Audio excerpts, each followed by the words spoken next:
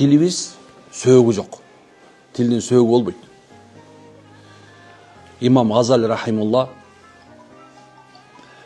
кулакты жаап койсо укпай калат экен дейт.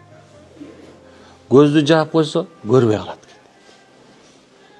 Бирок оозду жапсаң дейт, сүйлөбөй койбойт экен. Тил отдельный сөөгү жок болот экен. Муну тыйыш оор экен да.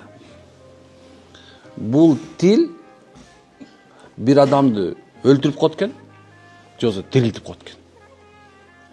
Бул тил адамды чуңкурга түшүрөт экен, же бийик даражага чыгарат экен. Ошонун себебинен субханалла алымдар айтат, силер качан bir адамды угуп атканда дейт, анын тилинен чыгып аткан сөздөн анын акыл деңгээлин көрөсүңөр дейт. Эгерде бирөө сага сүйлөп атса дейт, сен ошонун сөзүн угайм же укпайм дегенде анын акыл деңгээлин билип коет экенсиң да. Карасаң, жанына келип отурган эле. Ошол себептен тил дагы адамдын акылсыз же акылдуу экенин билгизет экен.